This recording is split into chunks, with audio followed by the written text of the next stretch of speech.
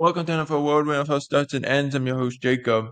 And today we're going to talk about some July 4th drama that happened to KaVonte Turpin and to the Cowboys as a whole. KaVonte Turpin was arrested July 4th weekend and then was later released July 4th weekend after being pulled over because he was driving recklessly, had an illegal substance,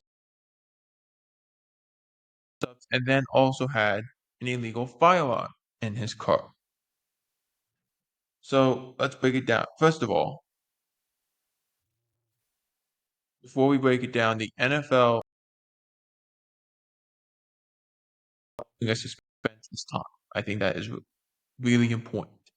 And I think they couldn't because of the other variables that have happened previously when they've chose not to prosecute anyway. So I want to talk from that perspective. This is not the first time this has happened. Is it the first time it's happened to a Cowboys wide receiver? No, of course not. Recently, yes, but not ever in history.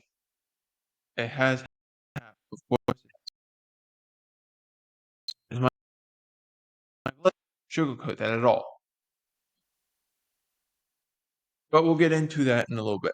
Let's first break what KaVonte Turpin had in his car. Pull over. He was driving 97 miles an hour on a road that he can only drive 70 miles an hour. So he gets pulled over for that, and he gets cited. The reason he could only be cited is because it's a traffic stop. This happened to should.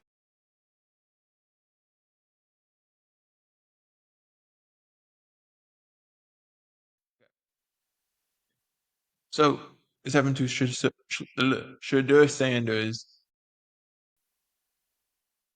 For the last 2 months, he's been pulled over twice. He got cited both times. Thing happened. But they checked his car.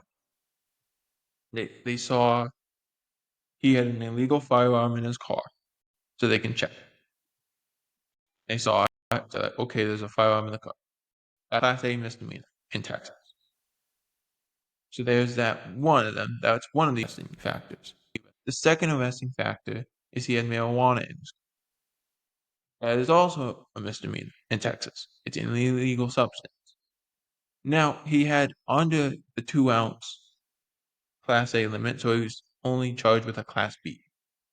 But not a great look for the Cowboys, for KaVonte Turpin, for the NFL as a whole. It's not a great look. You're trying to take this out, weed it out as much as you can.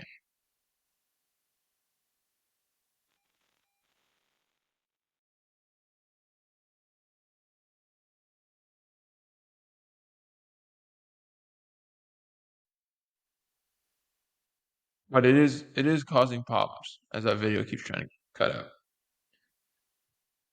It is causing problems. Now, why the NFL won't do anything about it? They've already said they won't do anything, but they're saying that we can't do. Well, we're choosing not to pursue a suspension right now. That is because of previous people that have had a similar thing happen to them, and the NFL has decided to not pursue it. Let's break it down. You don't get suspended if you get cited for speeding in the NFL. Does not happen. Pot in the NFL, that has kind of gone away in suspensions because it's legal in some states, it's illegal in other states. They don't really want to go and play this gray area in the NFL, so they're not going to suspend you for it. Okay. The illegal weapon, they caught, but they haven't in recent times. And the two recent scenarios, the one I'm going to use is the Jamison Williams, the scenario that happened to the Detroit Lions wide receiver. He was driving in a car last year, had an illegal firearm in his car. The reason this could have been bad for him would have been that was going to be his second big suspension. Remember, he got suspended for gambling in college. after he was drafted, so the NFL suspended him for like 6 games. Remember this? If they deemed it was a college, it wasn't the NFL, so therefore we can't force something else. We can only suspend him 6 or 8 games. So they did. This would have been his second offense, though. So they decided to not pursue it. They didn't pursue it. Offense. They could have. They could have. They chose not to. The second one is the Rashid Rice incidents that happened last year or even the year before that, when the NFL decided they didn't want to pursue it because he had illegal firearm, the incident happened at the nightclub, and various other things that were happening that were 2 to 3 instances the NFL decided they were not going to pursue suspension. That's the choice they made. Whether we agree with it or not, both times the NFL said no. Do I think that this could happen again? The NFL has already said that they aren't pursuing a suspension at an example. They absolutely could make an example out of KaVonte Turpin. But if they do that, they're going to annoy a lot of people in the NFLPA because of the NFL not pursuing it for those other players. You're going to annoy a lot of people, especially a lot of people. But that doesn't stop them before either. But that would be the argument that the NFLPA could make. But the NFLPA, as Mike Fisher says on his YouTube channel, I'm giving him full credit here. This is his quote that I'm using here. The NFLPA has raisins for brains, raisins for biceps, raisins for balls. That is the way they play it. That's a Mike Fisher quote. Plain and simple. I'm giving him credit. It will be in the description of the YouTube video. It's in his description. That's what they do. They are not people who are really going to be. They say something, but they won't actually do anything about it. That's the point. And they might not even say anything about it. Like, that's the way the NFLPA works. It's not really a players' union. It's a union protects you. This is more just like we're adding this just because we have to, kind of thing. But we're not going to use it. We're not going to pressure it in any way. So he won't, in the NFL, feel any pressure from the NFL side. Due to what happens on the criminal side of it for the city, from that perspective, from the legal side,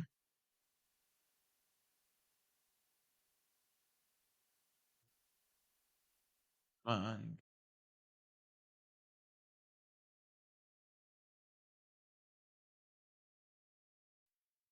we're back. The camera keeps cutting out. So he won't face anything on the NFL side. He might face something on the legal side, but we'll see what happens from that perspective.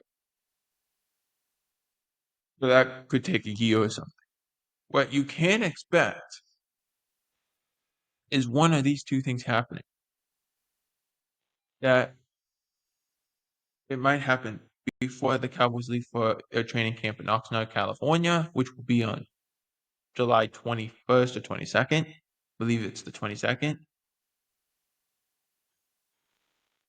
Either before they leave, Coach Brian Schottenheimer will talk to KaVonte Turpin privately, or when they go to Oxnard, California, the first thing he'll do is he'll talk to KaVonte Turpin privately and say, look, we can't do this.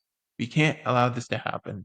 We have to find you something here, but we can't have this happen. We're trying to create a great culture. We're trying to build something here. And we're trying to show that we're going to hold you responsible for this. Which anyone can understand why KaVonte Turpin, this could be the KaVonte Turpin punishment from the Cowboys. Now, I said there was 2 options. What's the second option?